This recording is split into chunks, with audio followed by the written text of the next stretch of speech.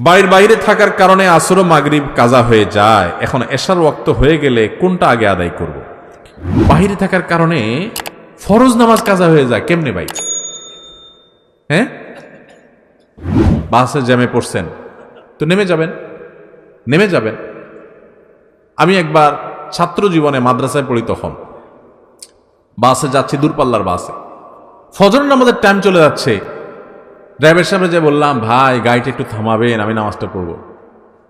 কয়েক গাড়িতে নামাজ পড়ে নেন, গাড়িতে নামাজ হয়। আমি কই ভাই উজু করা লাগবে না? নাইট কোর্স, রাতভর গাড়িতে ছিলাম, সকালে ফজর পড়বো, উজু করবো না? ঘুমাইছি গাড়িতে।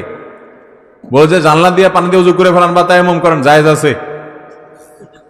চিন্তা করলাম কত বড় মুফতি, সুবহানাল্লাহ। এমন কোনো মাসালা নাই যেটার উত্তর তার কাছে নাই।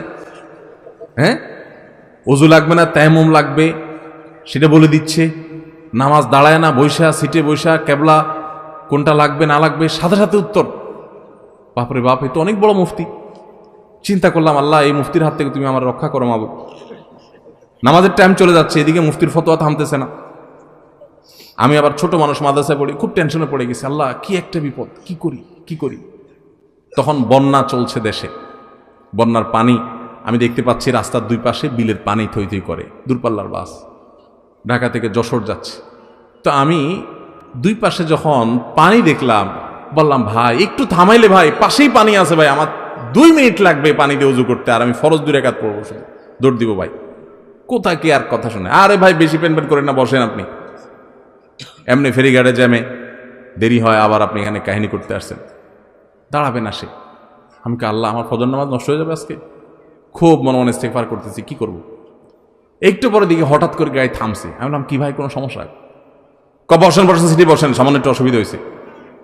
হ্যাঁ, আমি মনে অনেকে চান্দ আর বসতেছি। আমি লাভ দিয়ে নাইমা বিলের থেকে উজু করে উঠা একদম গায়ের সামনে আল্লাহ আকবার করে কেবলার দিকে দাঁড়িয়ে গেছে।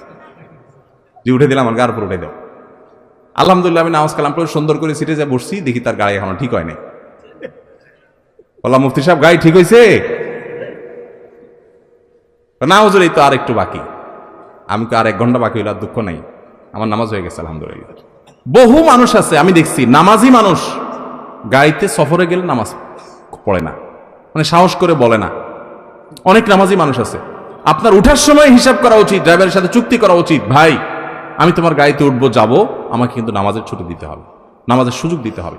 এবং অনেকে আছে দেখি ট্রেনে নামাজ পড়ে না, বিমানে নামাজ পড়ে না। আরে বিমানে আমি জেদ্দা থেকে আসতেছি, ওমরার যাত্রী, হজের যাত্রী, হজের সফরও দেখছি, ওমরার সফরও দেখছি, যে সব টাক মাথা, মানে সব ওমরা করে আসতেছে। তো সব চুলচাচা মানুষ ওমরা করে আসতেছে, মাশাআল্লাহ। নামাজের ওয়াক্ত চলে যাচ্ছে, দেখি সব দিব্যি ঘুমাইতেছে। কিছু কিছু চাচা আছে দেখি যে পান খাইতেছে বিমানের ভিতরে। নামাজের টাইম চলে যাচ্ছে। বললাম চাচা নামাজ পড়ছেন? কয় না তো বাবা। তো নামাজ পড়েন নাই? টাইম চলে যাচ্ছে তো, পান খাইতেছেন। কয় বিমানের নামাজ পড়বো কেমনে?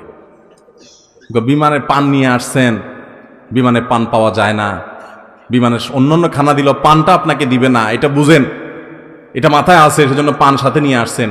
তো বিমানে যদি উজু করতে না পারেন, বুড়া মানুষ, তাই মাটি আনেন নাই কেন? নামাজের গুরুত্ব বুঝে না। ভাইরা আমার, নামাজ কি জানেন?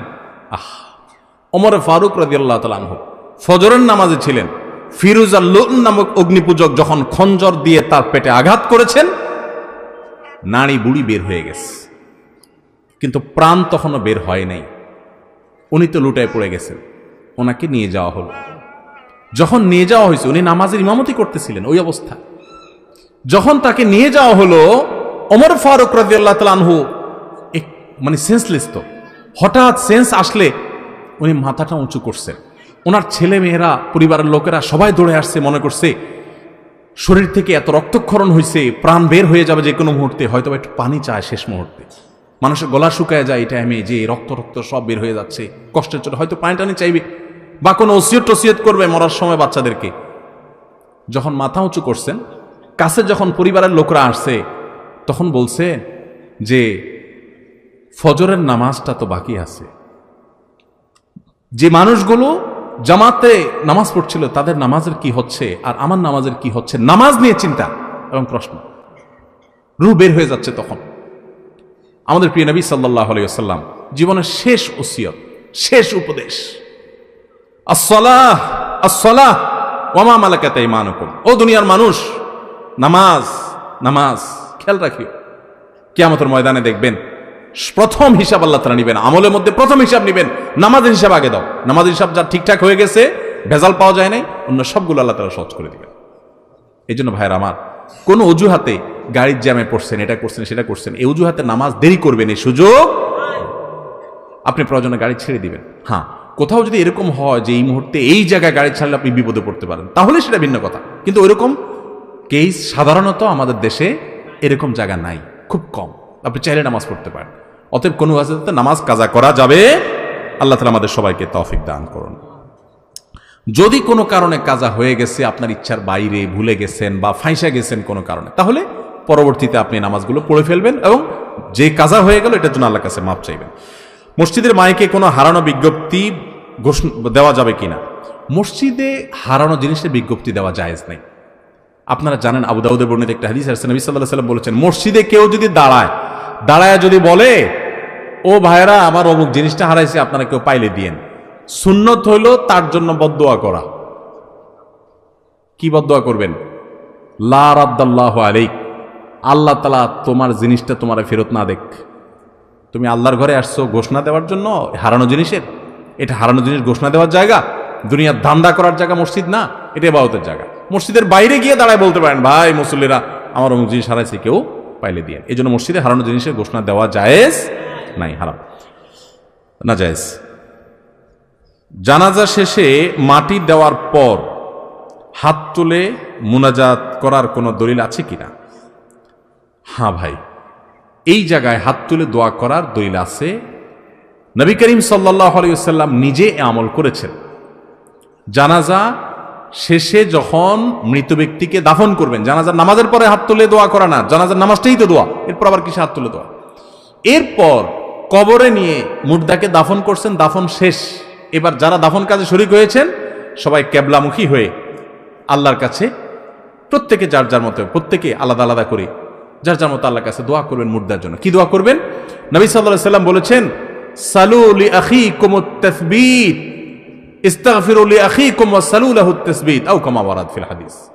অর্থাৎ তোমাদের ভাই যার দাফন করলা, এখন তার জন্য আল্লাহর কাছে দোয়া করো, আল্লাহ যেন তাকে মাফ করে দেয়। আরেকটা দোয়া হলো, আল্লাহ যেন তাকে ঈমানের উপরে, এখন মুনকার নাকির যে প্রশ্ন করবে এটার উপর যেন অটল অবিচল রাখে। দুনিয়াতে সে ঈমানদার ছিল, এখনো সেই ঈমানের উপরে যেন টিকে থাকে, সেজন্য বিচলিত হয়ে না যায়, এই জন্য আল্লাহর কাছে দোয়া করে। এই জন্য দোয়া করতে হয়। বাংলায় আপনি দোয়া করতে পারেন, আল্লাহ আপনি অমুককে, যার কবর আমি দিলাম মাত্র দাফন করলাম, আল্লাহ তাকে মাফ করে দেন। আর তিনি দুনিয়াতে যেরকম ঈমানদার ছিলেন, এখন মুনকার নাকিরের প্রশ্নের জবাবেও আপনি তাকে ঈমানের উপরে টিকে থাকার তৌফিক দান করবেন। এই দোয়া হাত তুলে করাও নবী সাল্লাল্লাহু আলাইহি ওয়াসাল্লাম দ্বারা সাবিত এবং প্রমাণিত, কিবলামুখী হয়ে। এই জন্য এটা সুন্নাত এবং এটা করবেন। আমরা অনেকে জানাজা পড়ার ফজিলত জানি, দাফন করার ফজিলত জানি না। আপনি জানেন জানাজা পড়লে যেই পরিমাণ সওয়াব হয়, জানাজার পর মুর্দার লাশের পেছনে পেছনে যায়া কবরস্থানে দাফন হওয়া পর্যন্ত অপেক্ষা করা, এটার মাধ্যমে ঠিক তার সমপরিমাণ সওয়াব পাওয়া যায়। ম্যাক্সিমাম মানুষ জানাজা পড়ে চলে আসে, কবরস্থান পর্যন্ত যায় না, এটা যাওয়া উচিত, সুন্নাহ।